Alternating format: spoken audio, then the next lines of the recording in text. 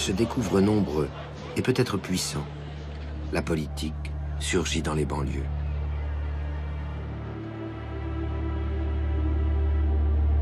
Au but de Chaumont, Paul Vaillant Couturier, leader communiste proche de la CGT, n'a pas son pareil pour galvaniser les foules.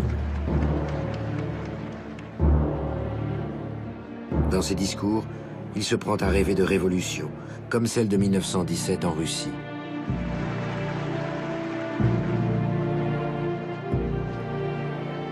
Et comme pour mieux montrer à la classe ouvrière combien il est conscient de ses sacrifices, le samedi 23 novembre 1924, le gouvernement de gauche fait entrer Jean Jaurès au Panthéon.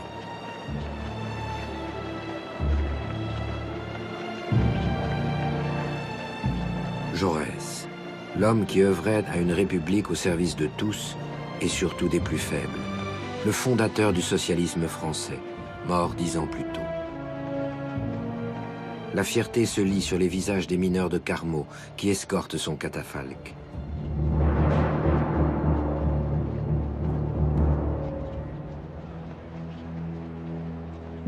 Les journaux du lendemain déclarent avoir assisté à la plus grandiose manifestation populaire qu'on ait jamais vue à Paris.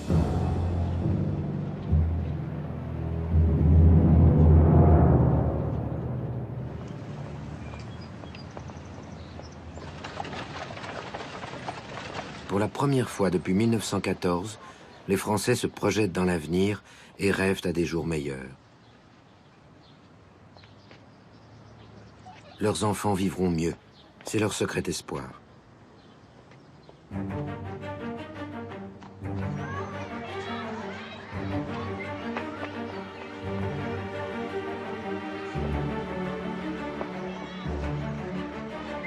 Un rêve encore illusoire dans les années 20, car selon qu'il naît riche ou pauvre, un enfant ne fréquente pas les mêmes écoles. Les enfants de privilégiés étudient dans des établissements publics et payants qui les préparent à de longues études. Seul 1,5% d'une classe d'âge obtient le baccalauréat.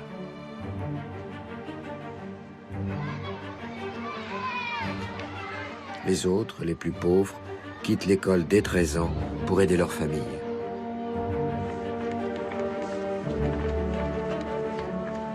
Ils rejoindront le peuple des usines, comme leurs parents.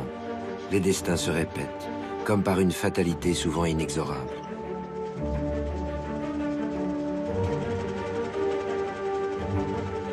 Le jeune Henri Allier est un de ceux-là. Il quitte l'école à 14 ans pour devenir apprenti boulanger. À 14 ans, on vous payait avec une fronde, on vous payait que dalle. 50 centimes par mois, des coups de pompe dans le derrière et des bassines d'eau pour me faire lever. On faisait le pain, on faisait le jardinier, on allait soigner les cochons, on allait chercher du bois qu'on coupait à la hache. On était la bonne à tout faire.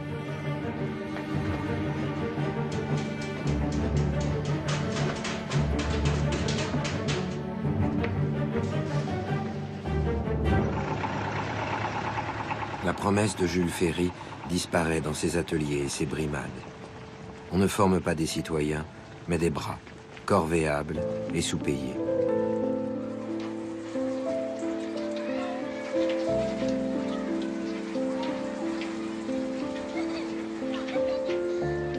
Comme toujours dans ce théâtre d'inégalité, les filles souffrent davantage.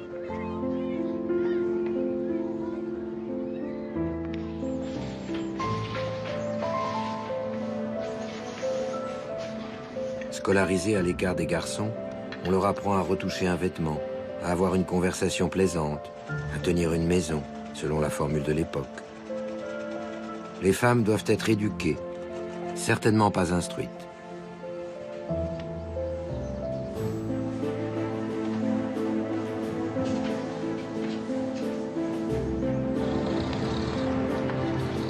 En 1924, une réforme scolaire améliore un peu leur situation. Un décret unifie les programmes scolaires des filles et des garçons. Les étudiantes ne sont plus obligées de passer le baccalauréat en candidates libres. Les portes des universités s'ouvrent à elles doucement.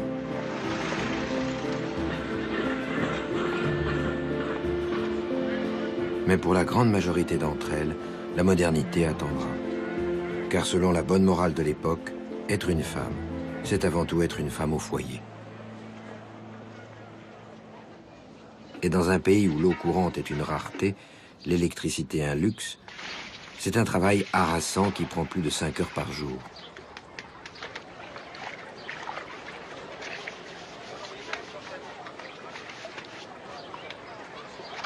Regardez ces lieux aujourd'hui disparus. Pas une ville, pas un village sans ces lavoirs où les promesses d'émancipation se noient et se diluent. Yvonne Linet vit à Périgueux. Elle se souvient de ses dimanches entre femmes.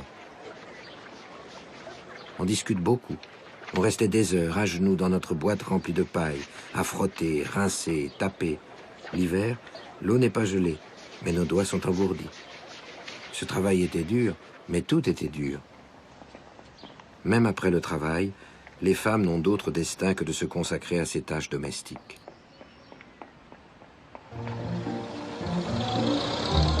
Au milieu des années 20, les choses changent un peu. Sur le Champ de Mars, à Paris, s'ouvre un salon au drôle de nom, le Salon des Arts Ménagers.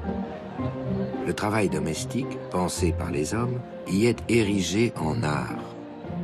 Il s'agit d'améliorer le quotidien des femmes, oui, mais à une condition, qu'elles restent à la maison.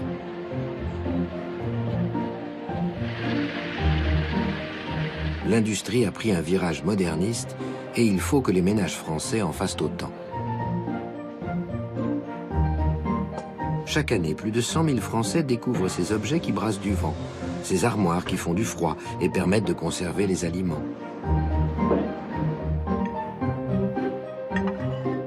Et que dire de ces machines qui éviteront aux femmes de laver la vaisselle? Du moins, celles qui auront les moyens de se les offrir.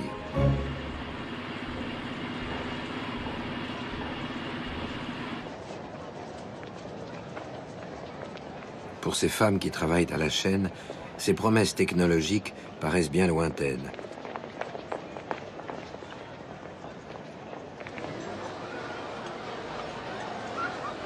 Ce qu'elles veulent, c'est du respect et surtout l'égalité.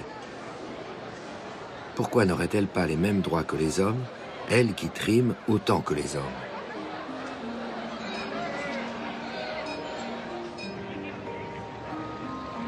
Un nouveau combat, déterminant pour l'avenir des femmes, est en train de naître, avec une revendication majeure, le droit de vote.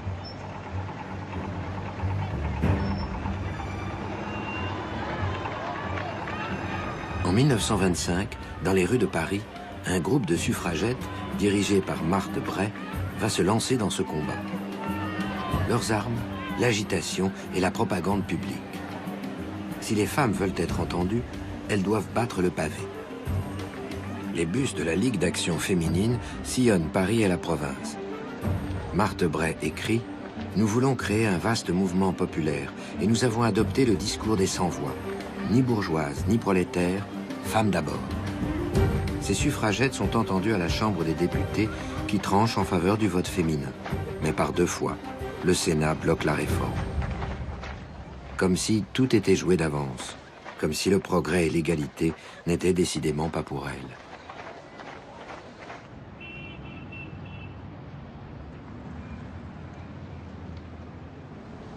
Et si l'émancipation des femmes passait par une coupe de cheveux?